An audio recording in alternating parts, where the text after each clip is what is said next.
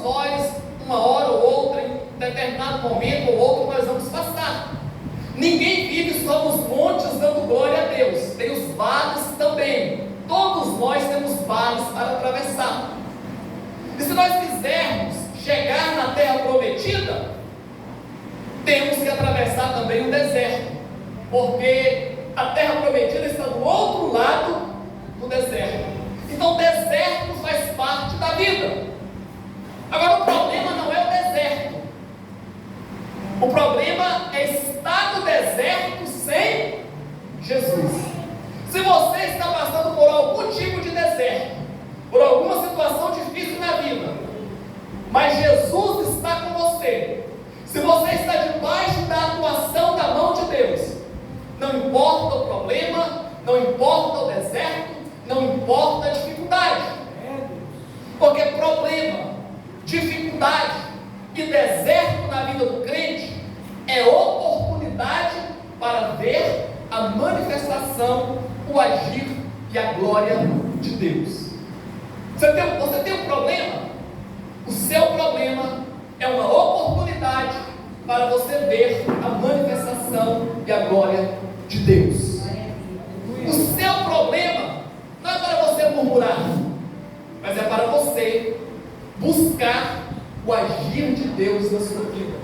Seja qual dor for, seja qual situação for, há uma possibilidade de você transformar a situação adversa em uma oportunidade para você ver o agir de Deus na sua vida.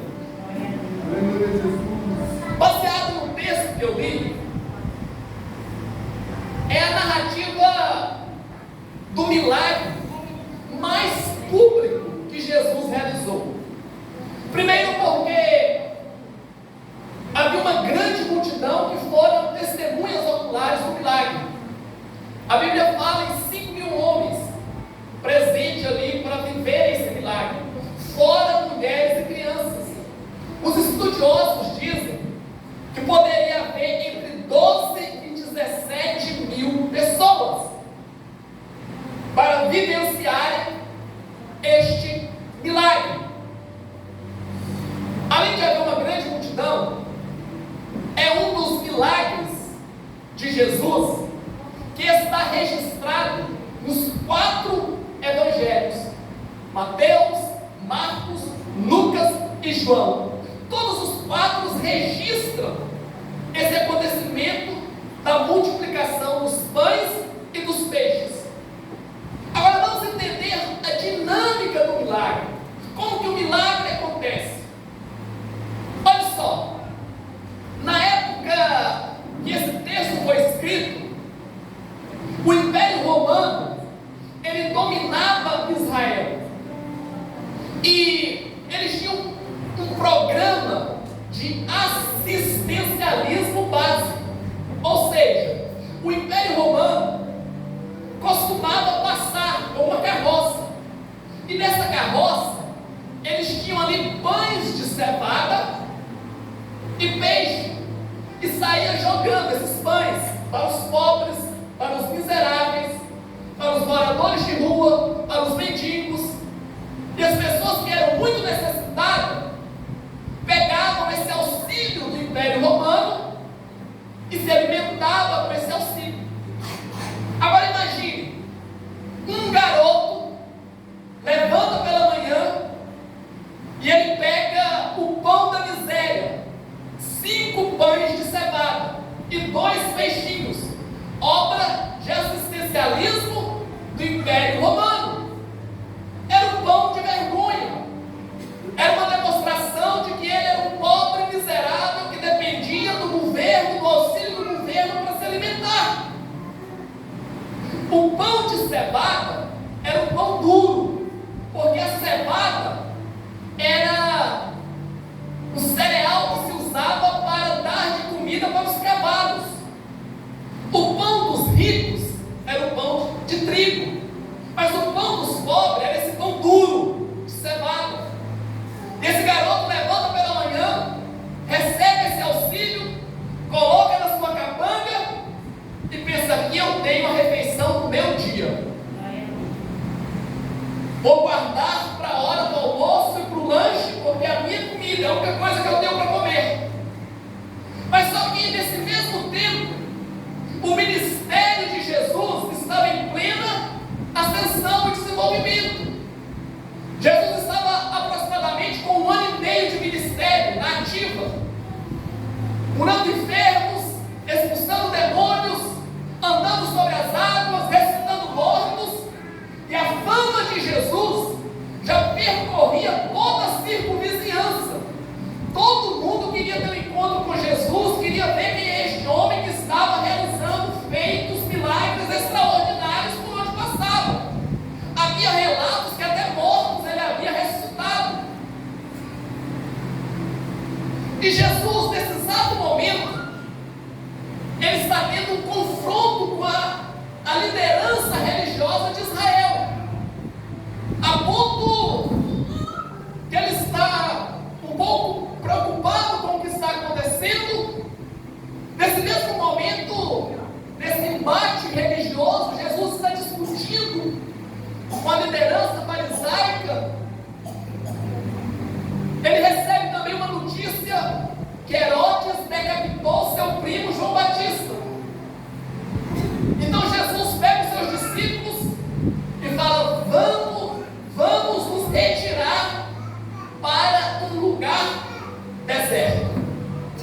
Jesus ele foge de uma zona de confronto e vai para um lugar deserto. Por que ele vai para um lugar deserto? Porque tem horas na vida que são horas de embates, de confrontos. Mas tem hora na vida que é momento de sair de cena e ir buscar a direção de Deus. E se colocar na posição de buscar a Deus. Então Jesus sai daquela cena de confronto e ele vai com seus discípulos para o deserto. Eles entram em um barco e velejam para Betsaida, uma região desértica. Mas como eu disse, Jesus, ele era a sensação do momento. Até Herodes, Pilatos, os fariseus, a liderança religiosa, todos queriam ver quem era Jesus. Jesus era muito emblemático. Jesus era muito místico. Era uma figura que despertava muito interesse. E todos queriam ver Jesus. Ele encantava, amedrontava, causava espanto, causava medo na elite de Israel. Embora nos mais pobres, nos menos favorecidos, nos necessitados, nos pecadores, ele gerava esperança. Existe uma observação interessante na Bíblia. Jesus nunca falou do inferno para uma prostituta. Jesus nunca falou do inferno para um pobre, miserável pecador.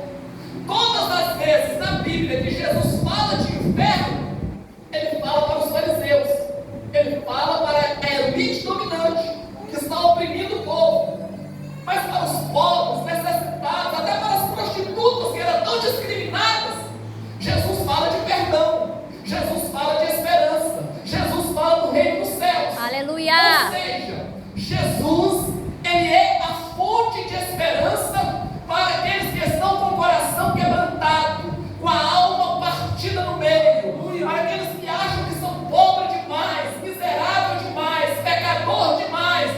Ele é uma palavra de esperança. E por isso a multidão, seduzida pelo desejo de ver Jesus fazer um milagre, eles ouvem que Jesus foi para o deserto de Betsaida. E eles vão correndo para onde Jesus está. Quando Jesus chega no lugar que ele queria, havia ali uma multidão esperando. O texto bíblico diz que eles chegaram primeiro do que Jesus, porque eles sabiam para onde Jesus ia. E junto com essa multidão, o garoto que levantou de manhã cedo e pegou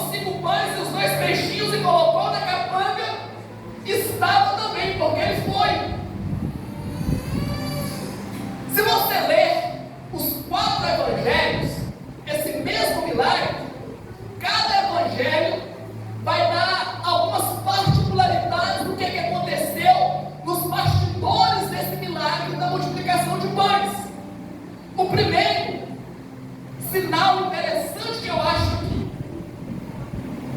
Por que Jesus conseguiu levar uma multidão para o deserto? O que é que Jesus tinha? O que é que Jesus fazia? Que uma multidão ia com ele para o deserto.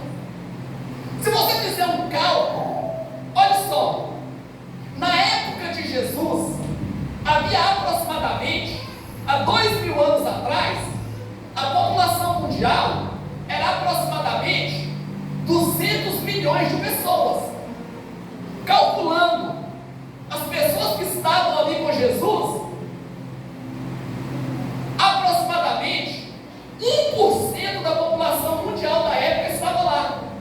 Se fosse hoje, você sabe quanto que daria 1% da população mundial? 70 milhões de pessoas. Jesus conseguiu atrair um número satisfatório de pessoas para o deserto. Mas lendo os evangelhos, você descobre por quê. Eles iam para o deserto atrás de Jesus por causa dos sinais que eles viam, por causa dos enfermos que Jesus curava. Naquela época não tinha televisão, não tinha rádio, não tinha WhatsApp, não tinha Facebook.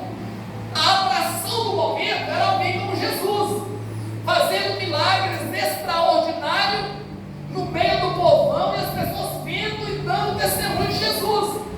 Imagine alguém relatando para o outro: olha, tem um nazareno nas regiões de Jerusalém e eu vi com os meus olhos ele levantando um paralítico que era aleijado desde o nascimento. E o outro dizia: não, eu vi ele curar o cego. Outro diz: não, eu vi ele ressuscitar o morto. Então a sensação daqueles dias era Jesus e o desejo de ver ele realizar um milagre. Por isso a multidão ia atrás do milagre. Muitos iam porque precisavam, outros iam porque queriam ver apenas, serem telespectadores. Eu imagino que tinha pessoas ali aleijadas que foram levadas porque não podiam ir com as próprias pernas. E chegando lá, eles diziam assim para quem levou elas: agora vocês podem voltar, porque depois que eu tiver um encontro com Jesus, eu não vou precisar de vocês para me levar de volta, porque eu mesmo vou voltar andando com as minhas próprias pernas, porque eu sei que Ele é poderoso para me curar. Aleluia! Essa é a esperança deles. Glória a Deus. E o texto vai dizer que quando eles lá chegaram, aquela multidão, a primeira coisa que Jesus fez foi passar o dia pregando acerca do reino dos céus. Aleluia. Jesus gastou praticamente o dia todo, primeiro, ensinando aquele povo acerca do reino dos céus. Quando você lê os outros evangelhos, vai estar claro que Jesus teve compaixão deles. E então Jesus pregou a eles, ensinou eles acerca do reino dos céus. Depois de Jesus pregar acerca do reino dos céus, Jesus, ele vai curar os enfermos. E ele curou muitos enfermos, passou o dia ocupado. E quando a hora já era adiantada, Jesus olha para a multidão, ele olha para os discípulos, e o texto bíblico vai dizer que Jesus, preste atenção nisso daqui, o texto vai dizer lá no Evangelho de João, no capítulo 6, narrando este mesmo milagre, vai dizer que Jesus, ele já sabia o que ele tinha que fazer. Aleluia.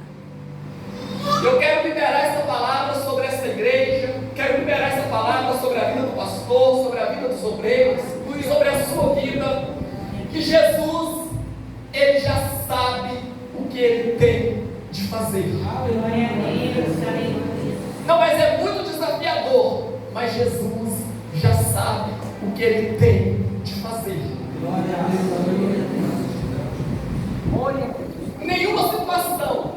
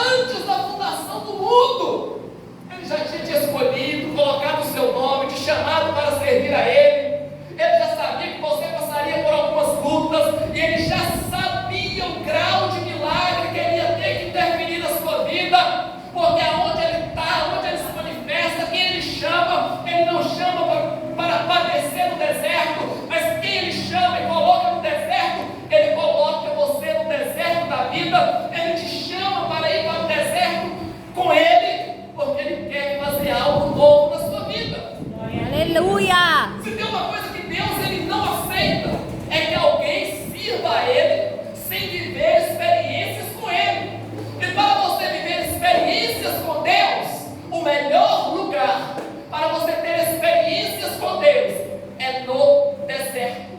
É por isso que Jesus vivia no deserto. Os maiores milagres da Bíblia Sagrada foram realizados no deserto. Deserto não é lugar para você murmurar. Deserto não é lugar para você entristecer. Mas deserto é lugar onde você tem a oportunidade de ver a glória de Deus. Aí eu tenho uma enfermidade, é um deserto na minha vida. Calma, a tua enfermidade dará lugar à cura. É só uma questão de tempo. O deserto não é para te matar. O deserto é para que você tenha experiências com Deus.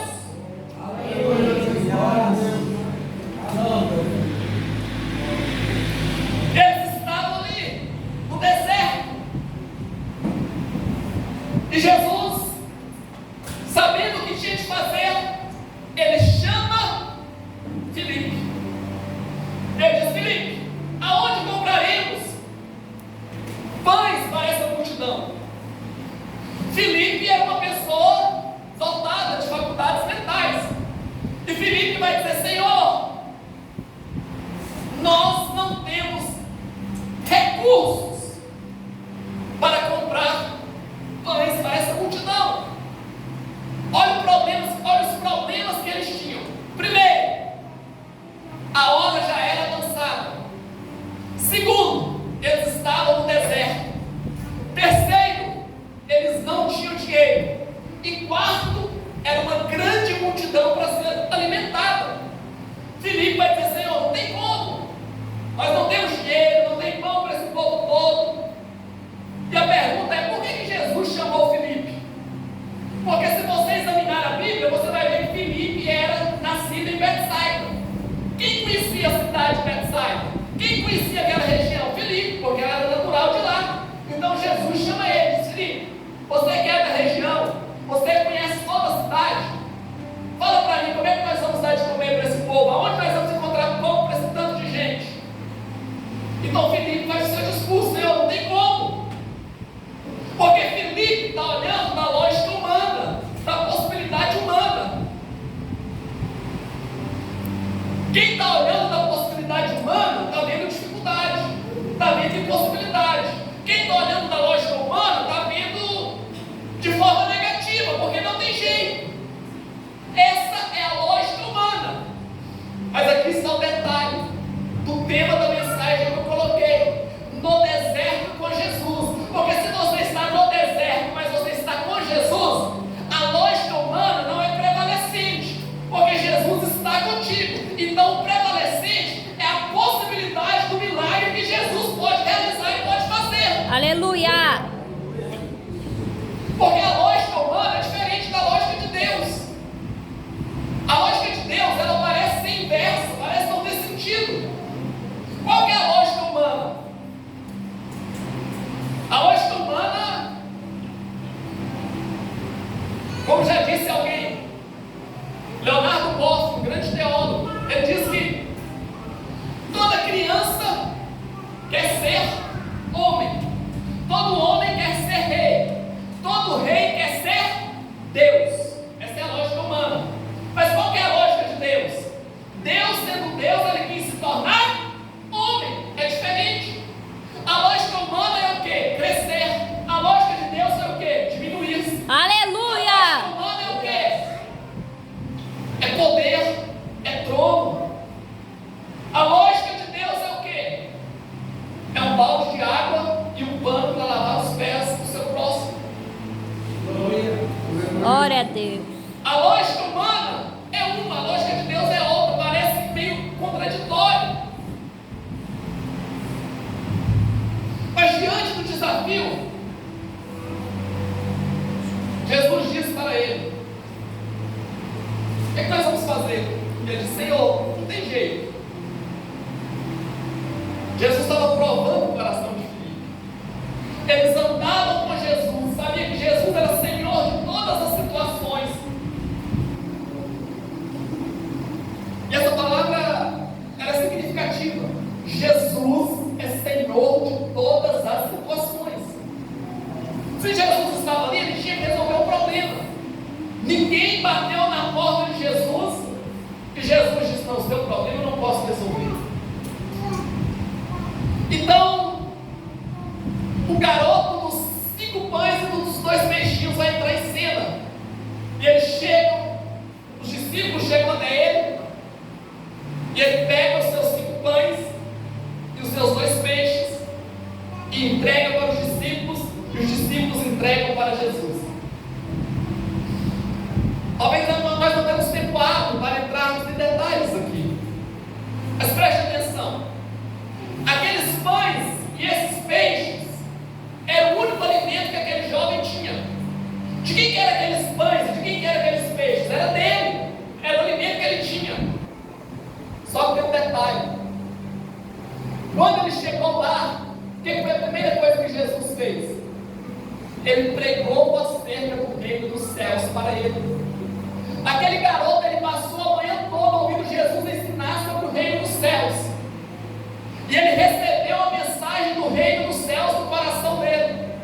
E quando se recebe a mensagem do reino, o que eu tenho não é mais meu, o que eu tenho é para servir o reino. Aleluia. Então, os 2 peixes e os 5 pães não é mais dele, agora é do reino. Aleluia. É do reino, tem que entregar para quem? Para Jesus.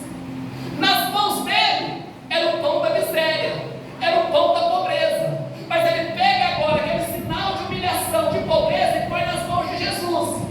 E aquilo que não valia nada, que era apenas um sinal de humilhação sobre a vida dele, agora vai ser fruto de um milagre para alimentar uma multidão. Aleluia. Aí sabe o que eu quero dizer para você aqui? Que tem uma situação na sua vida, que talvez seja a situação da humilhação, seja a situação da dor, seja a situação do desespero, seja a situação que você não queria viver, porque eu tenho certeza que aquele garoto não queria estar vivendo dos favores, mendigando o pão de Roma, mas ele era obrigado a se submeter àquilo. Mas depois dele ouvir a mensagem do reino, ele pega o que ele tem e ele entrega para Jesus. E quando Jesus pega aquele pão duro de cevada e pega aqueles peixinhos pequenos, Jesus vai fazer daquilo um milagre para alimentar uma multidão. Aí eu digo para você: o problema que você tem hoje, a dor que você sente hoje, o deserto que você está hoje, pode ser o que vai servir de milagre de Deus sobre a tua vida para algo muito grande amanhã. Tem coisas na tua vida que Deus está trabalhando hoje, que vai servir de bênção sobre a tua família amanhã, sobre a tua posteridade amanhã. Parece pequeno, parece insignificante, parece um pão de vergonha, parece um pão das dores, mas é algo que Deus está dizendo: pega isso daí, você agora não está mais só, você recebeu a mensagem do reino, pega o que é teu, traz para servir o reino. Eu vou pegar esse pão duro, eu vou pegar esse marido do coração duro, eu vou pegar esse patrão seu do coração duro, eu vou pegar esse filho teu do coração duro, e eu sei o que eu vou fazer com ele. Eu vou fazer milagre para alimentar outros. O que era vergonha, o que era dor, o que era sofrimento, agora é milagre. Mas como que é que isso se transforma assim dessa maneira? É porque antes estava com o garoto, agora está com Jesus. Oh, glória a A Deus. palavra que eu libero sobre a tua vida hoje: você agora é cidadão do reino. Você pega agora o que você tem, pega tudo que você tem e coloca nas mãos de Jesus. Diz: Senhor, nas minhas mãos é apenas 5 pães duros e 2 peixinhos, mas na tua mão é o experimento para que eu possa viver um grande milagre. Você quer ver a tua empresa prosperar? Coloque ela nas mãos de Jesus para servir o reino. Senhor, a minha empresa é para servir o teu reino. Senhor, o meu carro é para servir o teu reino. Senhor, a minha família é para servir o teu reino. Oh, aleluia. Senhor, o meu salário que o Senhor me deu, eu vou dizimar e ofertar na tua casa, porque é para servir o teu reino. Isso daí vai gerar multiplicação na sua vida. Mas como é que vai gerar multiplicação? Eu não tenho a fórmula, o pastor não tem a fórmula, mas quando você coloca nas mãos de Jesus, ele tem uma fórmula do céu. O milagre vem do céu, já foi dito aqui. Ele é Deus que provê, ele é Deus que sustenta, ele é Deus que multiplica pães, ele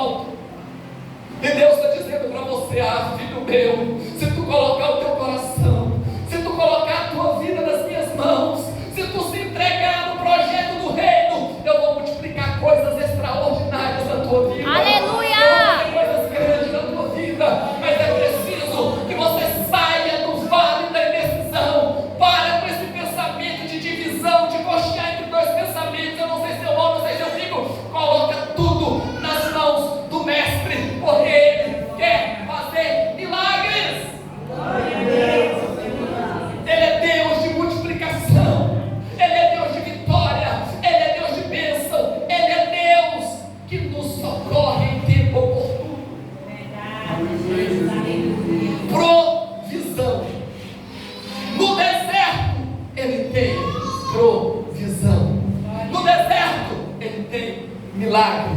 Para a tua dor, Ele tem alívio. Para a enfermidade, Ele tem a cura. Para o desespero, Ele tem a bonança e a calmaria de um tempo novo. Glória a Deus. Aleluia. Oh, aleluia. Glória a Deus. Eu quero terminar, o meu tempo já venceu. Mas eu quero